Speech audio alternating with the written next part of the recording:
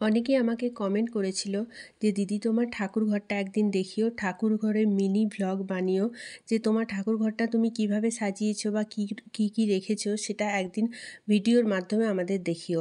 অনেকেই জানতেই চেয়েছিল, তা আজকে ভাবলাম পুজো করার পর একটু সময় বেঁচেছিল, যাই হোক তাই ভিডিওটা আমি বানিয়ে নিলাম। কী করে সব জিনিস আমি রাখি, একটা ছোট্ট মাত্র ঠাকুর ঘর আমার, একদম ছোট সাইজ।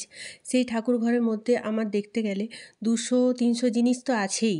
হ্যাঁ, কম বেশি অনেক কিছু জিনিস আমি এই ছোট্ট ঠাকুর ঘরের মধ্যে অর্গানাইজ করে রেখেছি। তাই ভিডিওটি প্রথম থেকে শেষ অবধি স্কিপ না করে ভালো করে দেখবেন। ঠাকুর ঘরটা যখন বানাই তখন আমি মিস্ত্রিকে বলেছিলাম যে এইরকমভাবে ঠাকুর ঘরটা বানাবো যাতে সমস্ত ঠাকুর খুব ভালোভাবে রাখা যায় এবং শিবলিঙ্গটা যেখানে রাখবো সেখানটা একটু নিচু থাকে, যে পরবর্তীকালে যদি শিবলিঙ্গে জল বেশি হয়ে যায় তো বাইরের দিকে বেরোনোর জায়গা থাকে। সেমভাবে ঠাকুর ঘরে একটা তাক বানিয়েছিলাম। এই তাকটা আমি বানিয়েছিলাম এটা ভেবে যে ঠাকুর ঘরের জিনিস যেন ঠাকুর ঘরেই থাকে। ঠাকুর ঘরের জিনিস যদি বাইরে রাখা হয় তো তখন কি হয়, হয়তো বাসি কাপড় লেগে যায়, পা লেগে যায়, সেরকম ব্যাপার থাকে। আর ঠাকুর ঘরের জিনিস, ঠাকুরের যেসব জিনিস হয় সেগুলো ঠাকুর ঘরে রেখে যাওয়াটাই বেশি ভালো।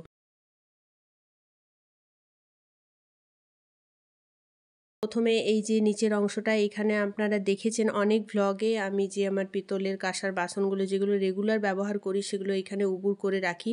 আমার অনেক ভ্লগে আপনারা দেখতে পাবেন যে আমি এই জায়গাটাতে বাসনগুলো মেজে উবুড় করে রাখি। যেমন ডান দিকে একটা ছোট তাক বানানো আছে, সেই রকম বাম দিকেও একটা সেম তাক আছে। সেখানে আমার গোপাল ঠাকুরের যে বিছানাগুলো হয়, বিছানা, তারপরে শীতের যা ওড়ার জিনিস, বালিশ, এইসব জিনিসগুলো এই কর্নারে এইখানটাতে রাখি। এটাই গোপাল ঠাকুরের শোয়ার জায়গা, শুরুর থেকে আমি এখানে রেখেছি। আর এদিকে যেগুলো দেখতে পাচ্ছেন এগুলো কিছু বই আছে, যে বইগুলো মানে আমি পড়ি, এই যেমন সুন্দরকাণ্ড বলুন বা হনুমান চালিসা বা যে পঞ্জিকাগুলো বা গীতাটা আমি উপরেই রেখেছি, বা ছোটোখাটো গীতা যেগুলো থাকে সেগুলো এই কর্নারটাতে আমি রেখে থাকি। তারপরে ঠাকুর ঘরে একটা হ্যাঙ্গার আছে, সেটার মধ্যে আমি এই যে ঠাকুরের যে আসনগুলো হয়, থালা ঢাকা দেওয়া জিনিস, এইসবগুলো এই হ্যাঙ্গারটাতে রাখি। সঙ্গে কিছু কাপড় থাকে, সেগুলো আমি ম্যাক্সিমাম সময় ঠাকুরঘর মোছামুছিতে বা ঠাকুরের বাসন মোছাতে এইরকমে কাজে লাগাই।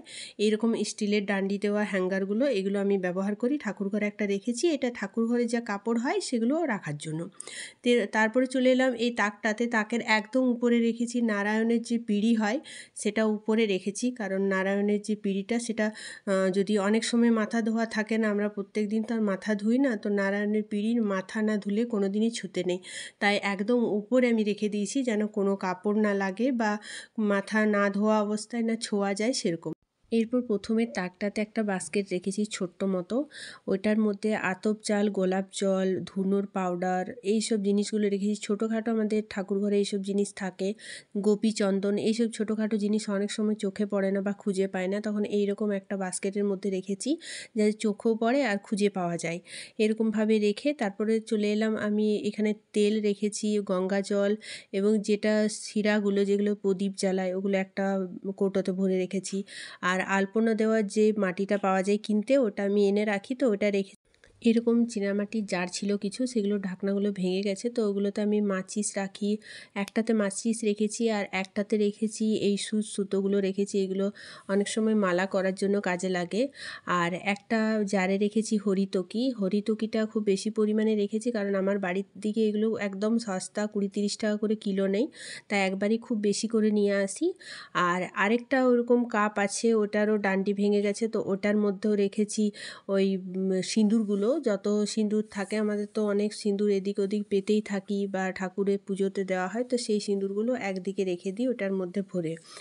আর এইরকম একটা কৌটো রেখেছি প্লাস্টিকের, এটার মধ্যে লক্ষ্মী পুজোর যে জিনিসগুলো আমার লাগে একটা দুটো করে, আপনারা আমার যদি আগের ভিডিওগুলো দেখেন তো দেখতে পাবেন লক্ষ্মী পুজোতে এরকম জিনিস আমি ব্যবহার করি। মঙ্গল সামগ্রী হিসাবে 5টা জিনিস আমি মা লক্ষ্মীর ঘটে দিই, তো সেগুলো একটা এরকম কৌটোতে রেখেছি। আর আরেকটা প্লাস্টিকের এরকম চৌকো কৌটোর মধ্যে ধূপ রেখেছি। আমার আগের ভিডিওতে আপনারা দেখতে পাবেন আমি এই ধরনের যেগুলো ধূপ পাওয়া যায়, যে ওয়েট ধূপ হয়, যেগুলো ভিজা ধূপ বলে বা গিলা ধূপ বলে, সেই ধূপগুলো দশকর্মা দোকানেই পাওয়া যায়। ওই ধূপই আমি ব্যবহার করি আমার পুজোতে। আপনারা আমার আগের ভিডিও দেখলে বুঝতে পারবেন। আমি ওই যে কাঠি, বাঁশের কাঠি দিয়ে যে ধূপগুলো পাওয়া যায় ওগুলো আমি ব্যবহার করি না। এগুলো নানা রকম গন্ধের আলাদা আলাদা ফ্লেভারে পাওয়া যায়।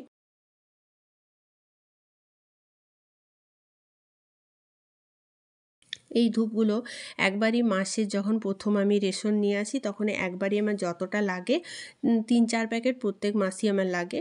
আর খুব বেশি এগুলোর দাম হয় না, ২০-৩০ টাকা করে প্যাকেট নেয়। ৩০ টাকা লেখা থাকে, আমি সুপার মার্কেট থেকে নিই, তো আমার ২০ টাকা করে নেয় এগুলো। এরকমভাবে এই তাকটা আমি গুছিয়ে রেখেছি। এরপর চলে এলাম পরের তাকে, ওটাতে যত ভগবানদের যে খাবার, যে ভোগগুলো দেওয়া হয় সেইগুলো আমি রাখি। ওটাতে একটা বিস্কিটের কৌটো রেখেছি, সেটা আমি গোপাল ঠাকুরদের সকালে দিই। আর কিছু ফল রেখেছি, চিঁড়ে, গুড়, বাতাসা, এইসব যেসব জিনিস দরকারি নিত্য পুজোতে লাগে সেই সব জিনিসগুলো এই একটা তাকে রেখেছি। আর আরেকটা একটা বড় কৌটো আছে, তার মধ্যে রেখেছি মাটির যে প্রদীপগুলো, এগুলো আমার মঙ্গলবার শনিবার খুবই লাগে, তো এই প্রদীপগুলো একদম বেশি পরিমাণে এনে আমি রেখে দিই। এরপরে চলে এলাম নিচের তাকে। নিচের তাকে গোপালদের যত ধরনের পোশাক বা জুয়েলারি যা যা আমি পরাই সব ওই নিচের তাকের মধ্যে রাখি। এইরকম একটা বড় বালতির মধ্যে গোপালদের যত পোশাক থাকে গোপাল ঠাকুরের, সেইগুলো সব রেখে দিই। এই বড় বালতির মধ্যে সমস্ত পোশাক রাখা হয়। অনেক বেশি পোশাক হয়ে যায়, তা এই ছোটোখাটো জায়গায় রাখা যায় না, তাই বড় বালতির মধ্যেই রাখি শুরুর থেকে। তারপরে আরেকটা ছোট এরকম বালতি আছে, এরকম ঢাকা দেওয়া বালতি, এগুলোতে রাখি পোশাকগুলো। তারপরে এই ছোট বালতিটাতে রেখেছি যত শীতের কাপড় হয়, শীতের জামা, টুপি, শীতের কম্বল, এইসব জিনিসগুলো এই ছোট বালতির মধ্যে আমি রাখি। কিছু বালিশও এটার মধ্যে আছে যেগুলো ব্যবহার করা হয় না। তারপরে আরেকটা চৌকো বক্স আছে। এই যে চৌকো বক্সটা, এটার মধ্যে গোপাল ঠাকুরের যত ছোট ছোট প্যান্ট, মানে অনেক ছোট ছোট প্যান্ট হয়ে যায়, তারপরে যে ড্রেসগুলো ছোটোখাটো ড্রেস, যেমন নাইট ড্রেস বা গরমকালে পরার দড়ি বাঁধা যে ড্রেসগুলো হয়, এইসব ড্রেসগুলো এইটার মধ্যে রাখি। ছোট ছোট যে জিনিসগুলো, ছোট ছোট ড্রেস, ন্যাপকিন, এইসব জিনিসগুলো সব এই বক্সটার মধ্যে রেখে দিই। আর এরকম জিনিসগুলো আমি প্রত্যেকটা বক্সে আলাদা আলাদাভাবে রাখি, এতে আমার খুঁজে পেতে খুব সুবিধা হয়। আর পুজো করার সময় মানে খুঁজে বেড়াতে হয় না, তাই এর সঙ্গে সঙ্গে সব জিনিস পেয়ে যায়। আর এইরকম একটা আছে বাস্কেট, এটার মধ্যে যত পাগড়ি, চুল, মুকুট, এইসব জিনিসগুলো আমি এটার মধ্যে রাখি।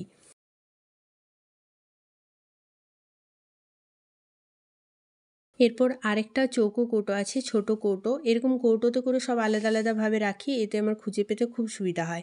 এই যে প্লাস্টিকের চৌকো কৌটোটা দেখছেন, এটার মধ্যে একটা দেখছি আয়না আছে, মানে এই আয়নাটা আমি ব্যবহার করি গোপাল ঠাকুরকে রেডি করার পর আয়না দেখাই।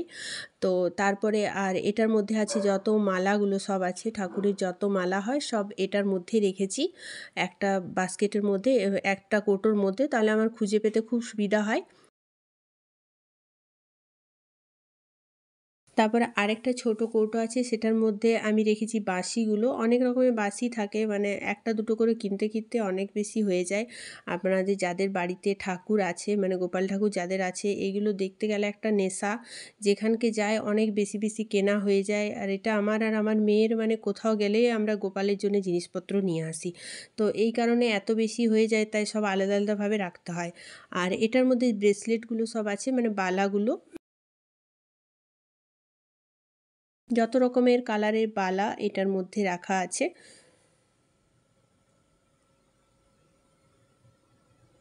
আর আরেকটা ছোট কৌটো আছে, সেটাতে কানের দুলগুলো আছে, সব ছোট ছোট জিনিস, এটা খুব কম পরিমাণে আছে তাই দেখা যাচ্ছে না। তো এই ছোট ছোট জিনিসগুলো এই ছোট কৌটোর মধ্যে রেখেছি। এরপরে চলে এলাম নিচের দুটো তাক, যে তাকগুলোতে আমি একটা ওভেন রেখেছি, এগুলো সব নিরামিষ বাসন এবং ঠাকুরদের ভোগ রান্না করা বাসন, সেগুলো সব আমি নিচে রাখি। তার সঙ্গে ঠাকুরদের বাসন মাজার জন্য যা যা থাকে, স্কচ ব্রাইট, পীতাম্বরী এবং ডিশওয়াশ বার, সব কিছু একটা কর্নারের মধ্যে ওগুলো রেখে দিই। আর নিচে একটা বাস্কেটের মধ্যে যত স্টিল, অ্যালুমিনিয়ামের যত বাসন থাকে, নিরামিষ বাসন, সব এখানে রেখে দিই। ভিডিওটি কেমন লাগলো অবশ্যই কমেন্টে জানাবেন। ভিডিওটি শেষ অবধি দেখার জন্য অনেক অনেক ধন্যবাদ।